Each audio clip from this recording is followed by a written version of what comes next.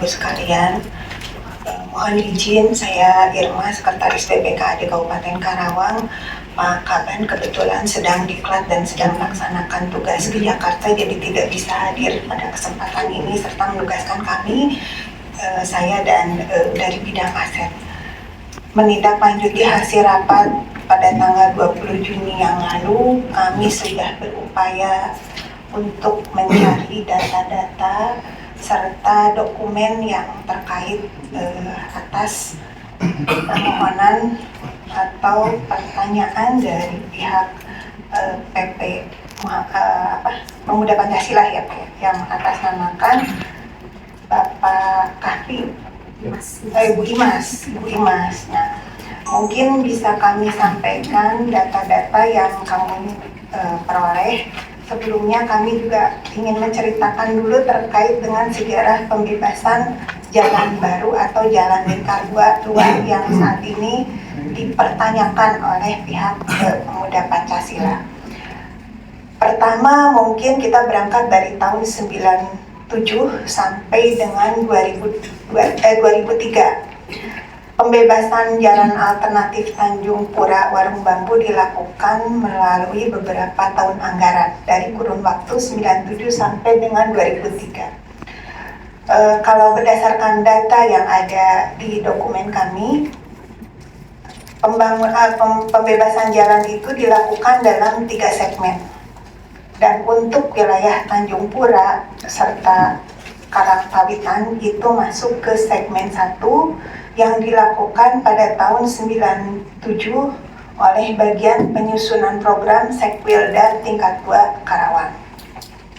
Kemudian pada tahun 2007 sampai 2009, berdasarkan arsip atau dokumen kontrak yang terdapat di Kemen PUPR, pembangunan jalan pertama kali dilakukan dan tahun 2007 dan peresmiannya dilakukan pada tahun 2009.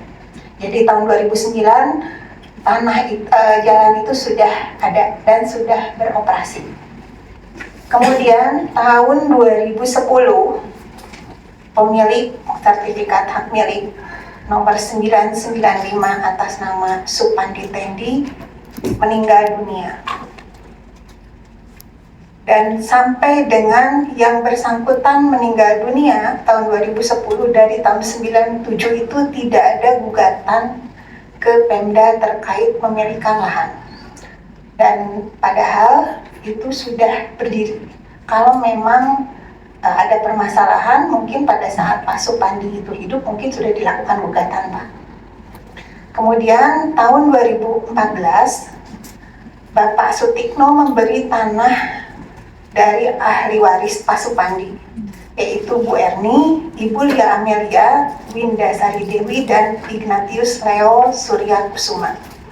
Ahli waris juga tidak pernah melakukan gugatan tanah semenjak orang tuanya meninggal, sampai terjadi pemberian oleh Bapak Sutikno di tahun 2014. Kemudian tahun 2016 kami menerima surat dari kantor hukum Alex Safri Winando dan rekan yang mempertanyakan pemberian ganti rugi atas tanah nomor 995 sisa yang seluas 1.935 meter persegi atas nama Sutikno, dan itu sudah kami berikan jawaban dari Kepala Dinas Bina Marga pada saat itu. Kasus tidak berjalan. Kemudian tahun 2018 ada lagi surat dari law firm Supriyadi and Associates, kuasa dari Bapak Kahfi, pada tanggal 29 Oktober 2018 yang juga mempertanyakan ganti rugi atas tanah dimaksud. Nah, itu pun pada tahun 2018 kami sudah jawab suratnya oleh Pak Sekda langsung. Karena yang gugatan yang tahun 2018 ini law firm Supriyadi itu juga ada 4 orang yang diberikan kuasa, yaitu Pak Supriyadi, dan diantaranya ada Pak Karda Wiranata, Ketua Dewan pada saat itu kalau tidak salah. kemudian Bapak Chandra Irawan SH dan Regi Julian SH. Jadi 2018. Bukan Pak Kade ya. Oke. Nah itu beliau itu memberikan Pak Kahfi ya. Kami juga tidak tahu nih Pak Kahfi ini siapa. Karena sertifikat itu atas nama Pak Sutikno. Apakah ada jual beli atau seperti apa? Hanya memang yang mengajukan gugatan yang mempertanyakan hal tersebut melalui Lopem Supriyadi itu adalah Pak Kahfi.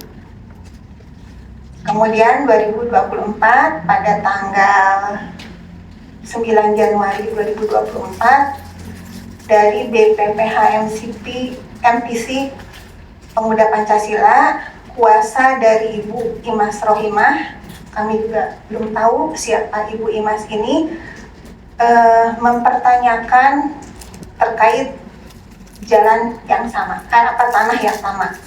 Halnya somasi 1, isinya sama seperti tahun 2018 dan 2016. Kemudian tanggal 27 Januari 2024, somasi kedua juga dilayangkan oleh BPPH MPC Pemuda Pancasila.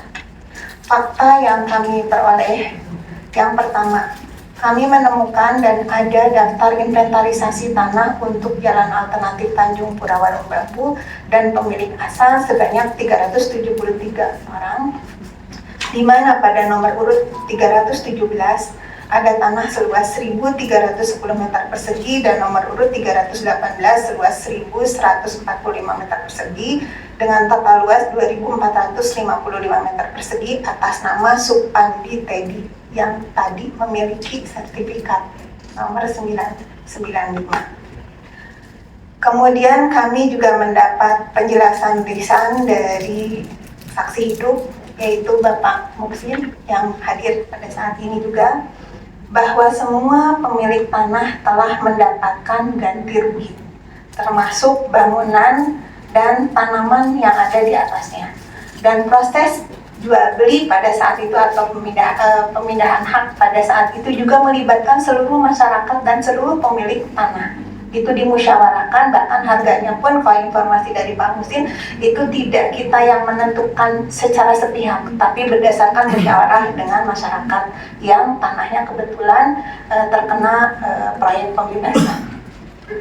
Fakta yang ketiga, bahwa pada saat pembebasan tanah, apabila hanya sebagian tanah dari luas sertifikat yang dibebaskan, maka sertifikat dikembalikan kepada pemilik tanah dengan dilampirkan atau dilampiri surat keterangan dari pimpinan proyek tentang luas tanah yang dibebaskan. Itu ada contohnya, salah satunya dari surat yang ditandatangani oleh Pak Atori, bahwa ketika tanahnya tidak diambil seluruhnya oleh jalan, maka hanya sebagian tanahnya saja itu sertifikatnya dikembalikan kepada pemilik supaya mereka dapat memproses pemecahan tanahnya. Keterangan dari kita itu berupa surat 1 lembar yang dilampirkan di dalam sertifikat dimaksud. Kemudian fakta yang keempat, dari hasil konfirmasi kepada pemilik tanah yang terkena pembebasan sebagian, didapatkan dokumen surat keterangan dari pimpinan proyek tentang luas tanah dan luas yang dibebaskan sebagai bahan pemecahan sertifikat ke BPN yang tadi, surat yang nanti kami perlihatkan.